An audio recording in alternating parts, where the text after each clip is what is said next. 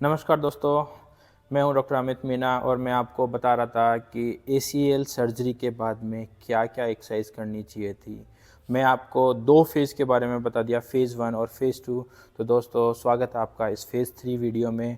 Phase 3 जो मैं programme मैं अपनी तरफ से रखवाता हूँ और जो एक स्टैंडर्ड प्रोटोकॉल है अराउंड द वर्ल्ड, वो शुरू होता है 6 हफ्ते से लेके लगभग 4 महीने तक। तो दोस्तों ये एक तरीके से जो फ़ेज़ 2 थी स्ट्रेंथनिंग और स्टेबिलिटी जो प्रोग्राम था उसका एक थोड़ा-सा एडवांस वर्ज़न है।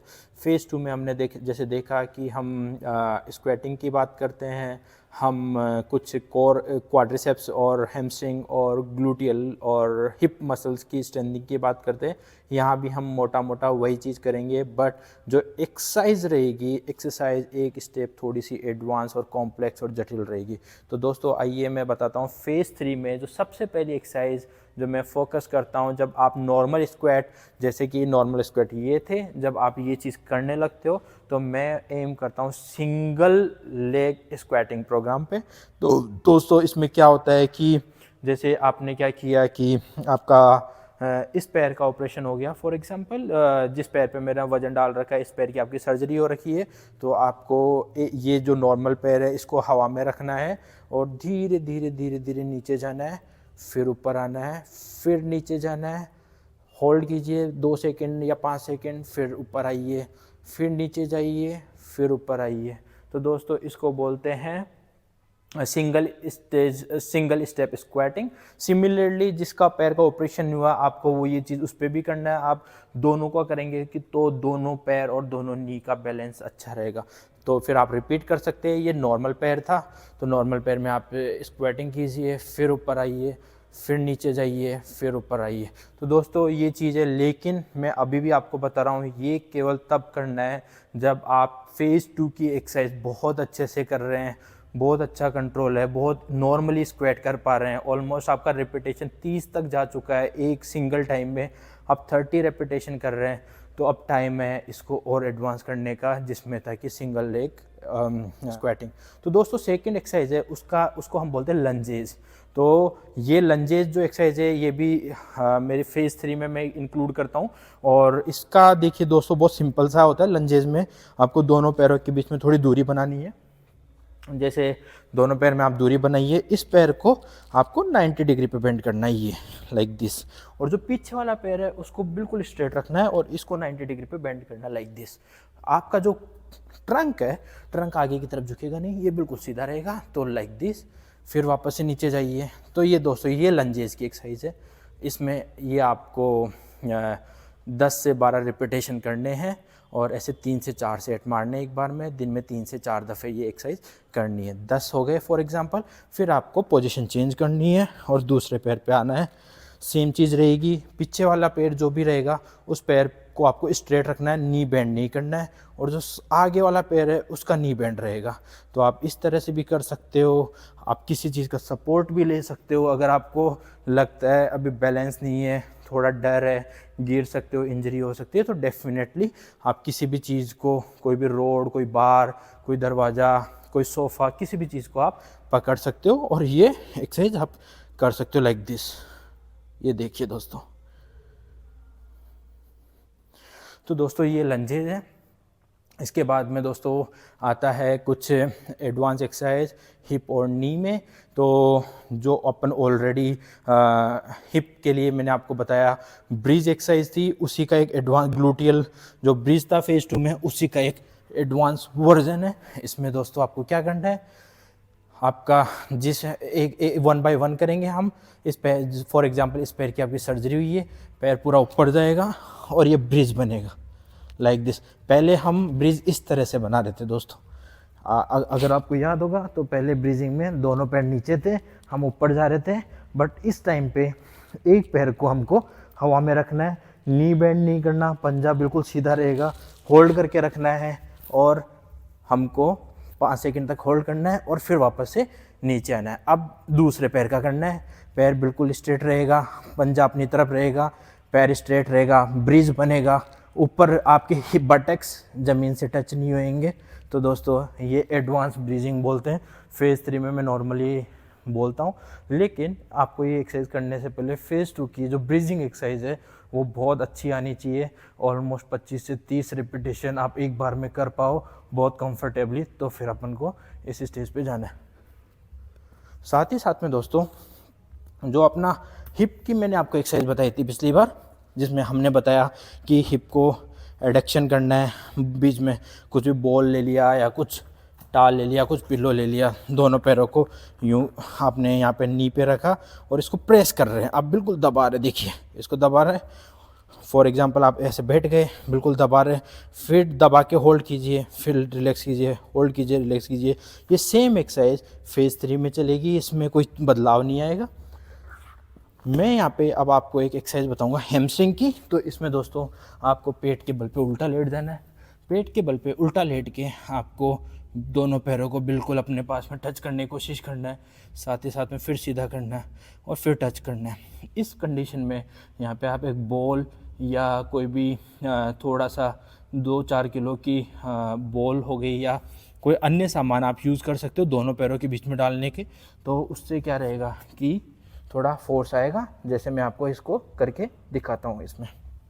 तो दोस्तों मैंने अपने दोनों पैरों में एक बॉल रख ली है और इस बॉल को मैं उठा के पैर को कर्ल कर रहा हूँ। देखिए मैं बिल्कुल सीधा ला रहा हूँ, क्योंकि बॉल गिर इसलिए नहीं रही है क्योंकि बॉल दोनों पैरों के बीच में फोर्सफुली मैंने होल्ड कर रखा है।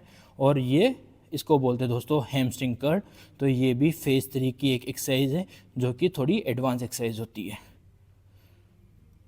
तो दोस्तों इसके बाद में सेम चीज़ मैं आपको बताऊंगा। आपको लेग, ये साइड लेग्स रेज करने हैं, साइड लेग रेज बोलते हैं हम इसको। साथ ही साथ में दोस्तों अब ये एक स्टेज होती है, यहाँ पे आपको थोड़ा सा कोर एक्सरसाइज के ऊपर फोकस करना चाहिए, जिसमें सबसे इम्पोर्टेंट चीज़ रहती है स्ट्रेट लेग रेज। जैसे कि दोस्तों जो स्ट्रेट लेग रेज होती है उसमें आप अपने दोनों हाथों को कमर के नीचे रखिए, पैर को बिल्कुल सीधा रखिए। सीधा रखने के बाद में आपको पैर ऊपर लेके जाने, पंजा अपनी तरफ खींचना है, नी बैंड नहीं करना है, बिल्कुल पैर सीधे रखने हैं और फिर नीचे लाना है। जब आप नीचे लाएंगे तो आपकी एडी फ्लोर के टच नहीं होनी चाहिए, ये ऊपर ही रहनी चाहिए। तो दोस्तों जैसे आपने इसको किया, come here, go again, come here, go again and come here. तो दोस्तों ये एक एक्सरसाइज है जिसको हम लेग रेज बोलते हैं। ये आपकी जो एब्डोमिनल मसल है उस पर बहुत फोकस करती है, साथ ही साथ में क्वाड्रिसेप्स पे भी काम करती है। इसके बाद में दोस्तों कोर से रिलेटेड एक एक्सरसाइज होती है जिसको हम प्लैंक बोलते हैं। प्लैंक में दोस्तों आपको क्या करना है, बहुत सिंपल एक्सरसाइज है। इसमें आपको दोनों अपनी कोहनी पे पूरा बॉडी वेट आएगा, आपका पैर बिल्कुल हवा में है। आप देखिए आपका जो पूरे शरीर का वजन है, एक तो आपके पैरों पे आ रहा है जो कि फुट जो बोल रहा हूँ, और दूसरा अपना एल्बो पे आ रहा है। बिल्कुल सामने को देखिए, ये आपकी कमर इस तरह से नहीं होनी चाहिए, ना ही इस तरह से होनी चाहिए। जो कमर की पोजीशन रहेगी वो इस तरह से रहेगी, बिल्कुल सीधा, आपका नीचे को नहीं देखना, आप बिल्कुल सामने की तरफ देखिए, होल्ड कीजिए 10 सेकेंड 15 सेकेंड और फिर नॉर्मल हो जाइए, फिर वापस से कीजिए, फिर नॉर्मल हो जाइए। तो दोस्तों इसको कोर एक्सरसाइज बोलते हैं, ये फेज़ 3 के अंदर आता है। दोस्तों फेज़ 3 में स्ट्रेंथनिंग प्रोग्राम के साथ साथ सबसे इम्पोर्टेंट चीज़ होता है प्रोप्रियोसेप्शन। तो बहुत बार पेशेंट मेरे को बोलते हैं कि डॉक्टर साहब एक्सरसाइज तो बहुत कर रहे हैं लेकिन फिर भी हमको लगता है कि हम गिर सकते हैं, बैलेंस नहीं बनेगा, चोट लग सकती है। तो उसको बोलते हैं हम दोस्तों प्रोप्रियोसेप्शन की कमी। तो प्रोप्रियोसेप्शन क्या चीज़ होता है दोस्तों, शरीर में मसल्स, शरीर में मांसपेशियों और नर्व के बीच में एक जंक्शन होता है जिसको हम न्यूरोमस्कुलर जंक्शन बोलते हैं। तो दोस्तों हमको न्यूरोमस्कुलर जंक्शन को एक्टिव करना होता है, जिसको प्रोप्रियोसेप्शन का जो एक्सरसाइज पार्ट होता है वो करता है। तो प्रोप्रियोसेप्शन में सबसे महत्वपूर्ण जो मैं बोलता हूँ, हम फेज़ 2 से स्टार्ट कर देते हैं। तो जैसे फॉर एग्जांपल जो प्रोप्रियोसेप्शन वाली एक्सरसाइज होती है कि आपको दोनों हाथों को बाहर की तरफ फैलाइए और एक पैर को हवा में ऊपर उठा के बैलेंस करने की कोशिश कीजिए। शुरू में ऑपरेशन के बाद में डर रहता है, तो मैं ये भी बोल सकता हूँ इस कंडीशन में आप ब्रेस पहन के भी ये ट्राई कर सकते हैं ताकि आपको ज़्यादा डर ना। मान लीजिए इस पैर का मेरा ऑपरेशन हुआ है, दोनों पैरों को मैंने बाहर किया और इस पैर को उठाया और जस्ट मैं बैलेंस करने की कोशिश कर रहा हूँ। पहले आपको आँख खुली रख के ये करना है हो सकता है टाइम के साथ में जब आप फिर दूसरी तरफ कीजिए, जब दूसरी तरफ करेंगे तो होल्ड कीजिए 5 सेकंड 10 सेकंड तक। ये आपको रोज़ करना है, कम से कम भी 10 से 12-15 रिपीटेशन एक बार में करना है, 3 सेट्स करने हैं और ऐसे दिन में 3 से 4 दफ़े करने हैं। ये फेज़ 2 में आप इसको स्टार्ट कर सकते हैं। जब थोड़ा और एडवांस होएंगे तो सेम चीज़ आपको करनी है, लेकिन अब इसको आँख को बंद करके। अब आँख बंद कीजिए, बिल्कुल बैलेंस करने की कोशिश कीजिए कि आपको गिरना नहीं है। मैं आपको साइड से दिखाता हूँ, आँख बंद है मेरी, मैं दोनों हाथ बाहर निकले हुए हैं, ये पैर मैंने ऊपर उठाया, तो मैं बस कोशिश कर रहा हूँ, रोकने की कोशिश कर रहा हूँ। फिर ये हुआ, फिर मैंने 5 सेकंड के बाद में दूसरे पैर को किया। तो दोस्तों ये प्रोप्रियोसेप्शन का एक पार्ट है। हम प्रोप्रियोसेप्शन में और एडवांस जाएंगे फेज़ 3 के अंदर। ये फेज़ आँख close eyes proprioception part will be in phase 3, not in phase 2। अब फेज़ 3 में दोस्तों प्रोप्रियोसेप्शन में हमारे पास कुछ और भी एक्सरसाइज होती है। इसमें हम क्या करते हैं, ये मेरे पास में एक बॉल होती है, आपको बहुत इजीली मार्केट में कहीं से भी मिल सकती है, और या फिर अगर आप जिम जाते हो तो डेफिनेटली आपको ये इजीली एसेस है। तो फॉर एग्जांपल इस पैर का मेरा सर्जरी हुआ है, राइट पैर का, तो मैं आपको अब मैं इस पे खड़ा होऊंगा, खड़ा होके बस नीचे खड़ा होके होल्ड करूंगा, फिर नीचे आऊँगा, खड़ा होके होल्ड करूंगा, फिर नीचे आऊँगा। दोस्तों ये एक इम्बैलेंस सरफेस होती है, अनइवन सरफेस होती है, इसमें गिरने का डर रहता है। इसी को हम बोलते हैं प्रोप्रियोसेप्शन। प्रोप्रियोसेप्शन का मतलब है कि हम बैलेंसिंग, जो हमारे एक ब्रेन का एक फंक्शन होता है, उस चीज़ को हम परफेक्टली कर सके। सेम चीज़ अपने नी जॉइंट में, क्योंकि ACL सर्जरी हुई है, नया लिगामेंट बनाया है, तो इसको वो जो आदत है प्रोप्रियोसेप्शन की, बैलेंसिंग की, वो आनी चाहिए। इसके लिए ये कुछ ट्रेनिंग्स होती है जो अपन को प्रोप्रियोसेप्शन का काम करती है। फॉर एग्जांपल आपने होल्ड किया, होल्ड फॉर 10 सेकेंड और 5 सेकेंड, फिर कम बैक। सिमिलरली आप दूसरे पैर जिसका ऑपरेशन हुआ उसमें भी आप कीजिए, आप होल्ड करो, होल्ड करो, होल्ड फॉर 3-4 सेकेंड, जितना भी देर आपसे हो पा रहा है कंफर्टेबली आप उतना कीजिए। धीरे धीरे वक्त के साथ में आप करेंगे तो ये प्रोप्रियोसेप्शन बैलेंसिंग है, ये बहुत अच्छे होती जाएगी। तो दोस्तों ये थी फेज़ 3। फेज़ 3 के एंड तक आपका बहुत परफेक्ट रेंज ऑफ मोशन आ जाना चाहिए, स्वेलिंग दूर हो जाना चाहिए। आप ये सब एक्सरसाइज आप कर पा रहे हो तो मैं मानता हूँ रिकवरी बहुत फैंटास्टिक होने वाली है। एक सबसे इंपॉर्टेंट चीज़ जो मैं आपको बताना चाह रहा हूँ, हर फेज़ में, चाहे वो फेज़ 1 हो, फेज़ 2 हो, फेज़ 3 हो सकता है आपको एक्सरसाइज के बाद में दर्द होए और स्वेलिंग आए, तो इसका एक ही इलाज है, आपको आइस पैक लगाना है, बर्फ़ की सिकाई करनी है। स्पेशली शुरू की फर्स्ट फेज़ जो होती है फेज़ 1, वो बहुत इंपॉर्टेंट होती है। हर 20 मिनट, हर घंटे में 15 से 20 मिनट आप बर्फ़ की सिकाई करें जब आप जाग रहे हो तब। और फेज़ 2 और फेज़ 3 में आपको पेन और स्वेलिंग कम होता जाता है, उसी के अकॉर्डिंगली आप आइस पैक भी कम कर सकते हैं।